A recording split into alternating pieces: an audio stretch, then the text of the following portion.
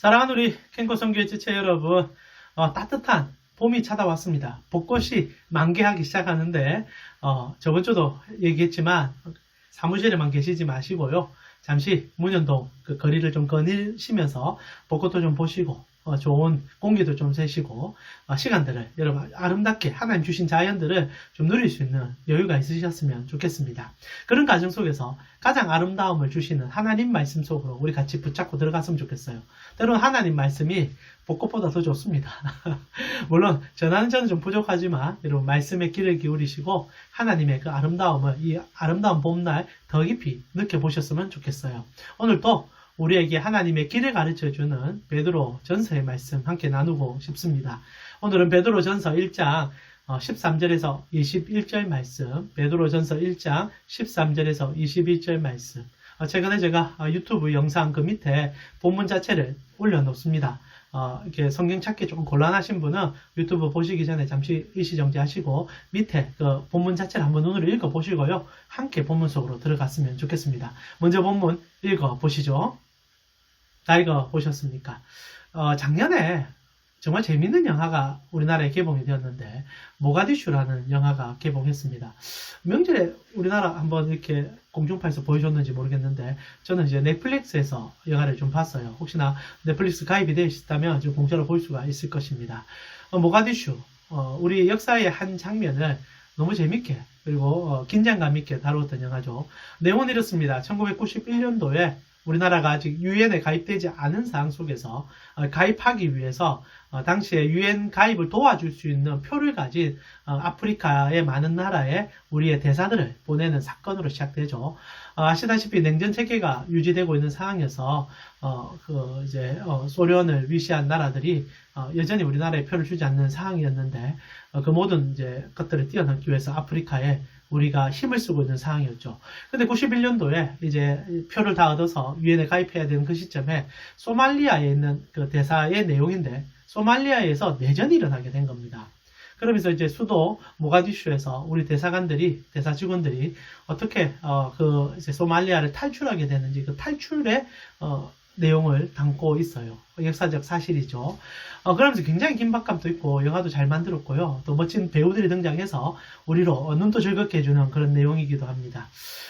영화를 보면은 이 대사관 직원들이 참 멋지게 사역을 해요. 이제 그곳에서 이제 우리나라 표를 얻기 위해서 로비도 하고 막 여러 북한과 대치도 있는 상황이고 여러 가지 얘기들 좀 등장을 하는데 갑자기 내전이 터지니까 무정부 상태가 되고 그 어떤 것도 대사관 직원들뿐 아니라 그 소말리아에 있는 모든 사람을 보호해줄 수 있는 장치들이 다 사라지는 것이 이 영화의 하이라이트죠.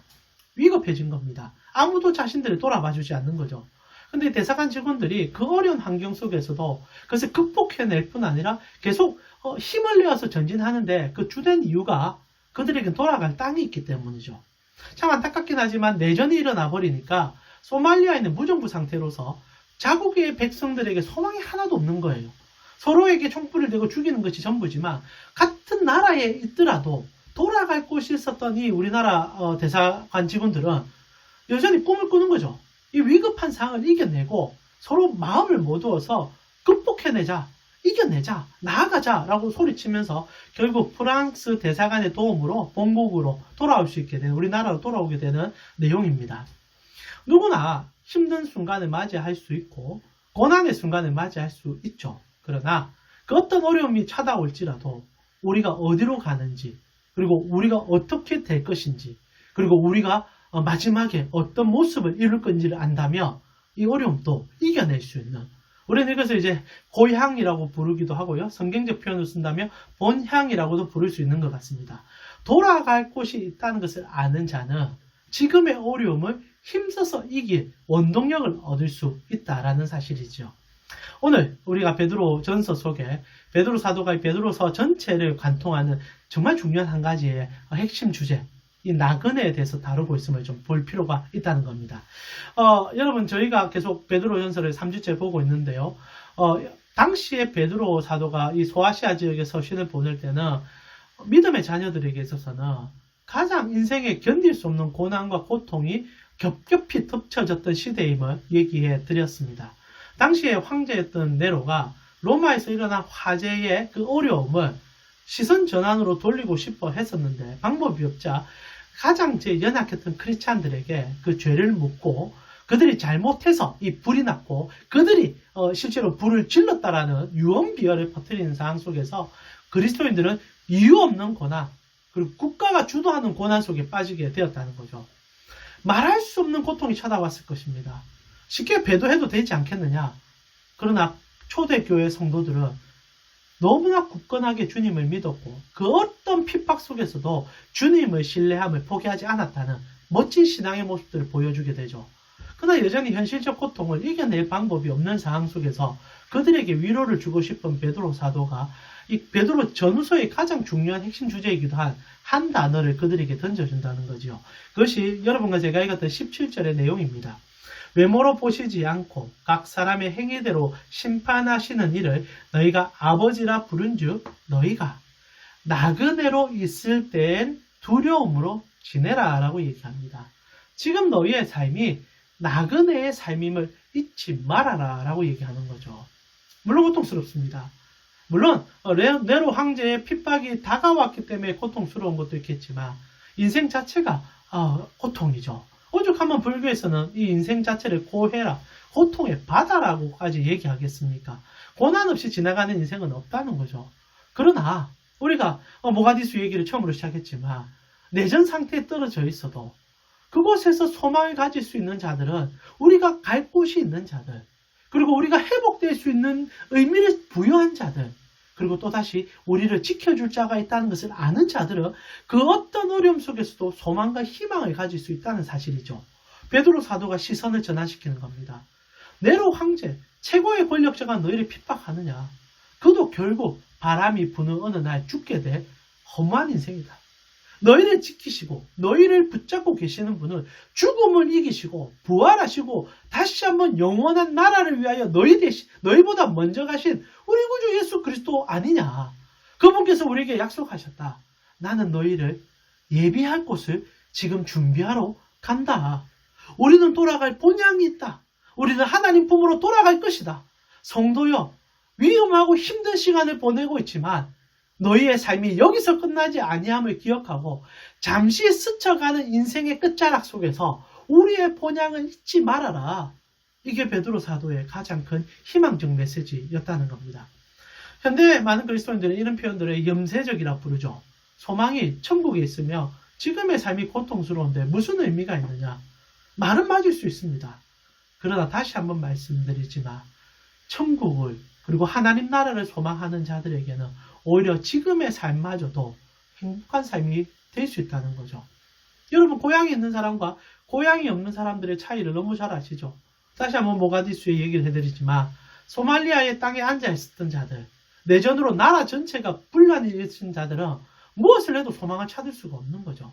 그러나 우리를 기다리는, 그리고 우리를 지켜주기를, 그리고 우리와 함께하기를 바라는 곳이 있다는 것을 안다면 다시 한번 힘을 얻는 거죠. 다시 한번 일어날 수 있는 거죠. 선한 능력으로 주님께 나아갈 의지를 가지게 되는 거죠. 이것이 성도가 받은 가장 큰 축복이라는 사실입니다. 그래서 베드로 사도는 이 나그네로서 살아가는 크리스찬들에게 중요한 부탁 하나를 하게 됩니다. 그것이 오늘 본문의 핵심 주제이기도 하죠. 당시 이 베드로 전서가 써져지는 시점에 네로 황제의 지독한 핍박 속에서 그리스도는 세 가지를 좀 더 마음에 새기고 지켜나가며 우리의 고향을 사모하라 얘기하는데 그것이 오늘 가장 중요한 구절이기도 한데요. 13절입니다. 제가 읽어드리겠습니다. 그러므로 너희 마음의 허리를 동이고 근신하여 예수 그리스도께서 나타나실 때 너희에게 가져다 주실 은혜를 온전히 바라라 라고 권유합니다. 여기에 세 가지 우리의 중요한 자세가 등장하는데 첫 번째, 우리의 마음의 허리를 동여매라라고 베드로 사도가 얘기하고 있다는 거죠. 마음의 허리를 동여매라. 우리로 생각한다면 아마 여러분 허리띠를 졸라맨다는 생각이 들 것 같아요. 맞는 표현입니다. 그러나 우리가 허리띠를 졸라매는 것은 우리 바지가 흘러내릴까봐 졸라매는 의미가 될 수 있지만 고대 로마 사회에서 허리를 졸라맨다는 의미는 지금의 우리와 의미와는 조금 다를 수 있다는 거죠. 당시 로마인들의 옷은 여러분 잘 알다시피 원피스형이었습니다. 아직 바지가 전해지기 전이죠. 그러다 보니까 통짜 옷을 입는데 거기에 허리를 졸라맨다는 것은 아래와 위를 구분시켜주며 우리의 품위를 유지하기 위한 행위였다는 겁니다. 단순히 바지 흘러내려서 망신당하라는 의미가 아니라는 거죠. 베드로 사도가 제일 먼저 우리에게 권유하기를 너희 마음의 허리띠를 졸라매라 라는 것은 우리로 세상을 살아갈 때 우리가 누구인지 그리고 우리가 무엇으로부터 시작했는지 우리가 어디로 가는지 그 목적의식을 분명히 하라는 의미라는 겁니다. 허리띠를 동임으로 우리와 구분되어집니다. 우리가 어떻게 해야 될지를 알게 되는 것이라는 거죠. 결국 베드로 사도가 제일 먼저 우리에게 부탁하는 것은 우리의 정체성을 깨달아라는 겁니다. 사랑 우리 캔코 선교의 지체 여러분, 여러분은 누구의 자녀입니까? 그리고 여러분은 누구의 것입니까? 이것이 허리를 졸라매는 거예요. 우리는 그리스도의 것입니다. 우리는 하나님 나라의 자녀들입니다. 우리는 돌아갈 본향이 있는 자들입니다. 우리가 어떤 구분이 있는지, 우리가 어떤 신분인지를 다시 한번 인지하십시오. 그리고 베드로 사도는 두 번째 부탁합니다. 근신하라 얘기하여. 마음의 허리띠를 동였던 너희는 또다시 근신해야 된다 얘기합니다. 마음의 허리를 동이는 것과 근신하는 것이 비슷한 의미처럼 느껴질 것 같습니다. 그러나 이 근신하다라는 의미는 조금 달라요. 헬라어로 네폰테스라는 단어를 쓰고 있는데요. 네폰테스. 이 단어는 오히려 더 직설적인 의미를 담고 있습니다. 술을 마시지 않겠다라는 의미를 갖고 있어요. 네폰테스. 근신한다는 것은 술 마시지 않은 상태. 무슨 말입니까? 이제 우리가 허리띠를 졸라매물 통해서 우리의 정체성을 한 번 더 확인하고 그리고 더 중요한 것은 온전한 정신으로 그리스도를 주목하라는 얘기예요. 근신한다는 말은 우리가 정말 맨정신으로 이 어려운 시국 속에 정신을 놓지 아니하고 집중하여서 그리스도를 바라본다는 의미입니다. 그래서 허리를 동이는 것 그리고 근신하는 것 사실 같은 의미죠. 우리의 정체성을 깨닫고 우리의 시선을 그리스도로 못 박아라 이 얘기입니다. 여러분 우리의 소망을 부활하시고 이제 4월이 되면은 우리 고난주간을 지내고 부활절을 이제 보내게 될 것인데 우리의 가장 큰 핵심은 우리에게 부활의 영성이 있다는 거 아닙니까? 우리는 다시 살아날 자들이라는 것 아닙니까? 허리를 통해서 우리 나라, 우리 하나님 나라를 보고 그리고 우리가 시선을 집중하여 그리스도의 아름다움을 다시 한번 우리의 눈으로 목도할 때 그리스도인들은 이 땅에서 다시 한번 일어날 힘을 갖게 된다는 사실이죠. 그리고 마지막으로 부탁합니다. 소망을 소유하라. 소망을 소유하라. 허리띠를 종이고 그리고 근신하며 그리스도에게 집중한 자들은 그리스도로 통하여 우리가 가야 될 본향을 다시 한번 우리 마음에 소망으로 새기게 된다는 거죠.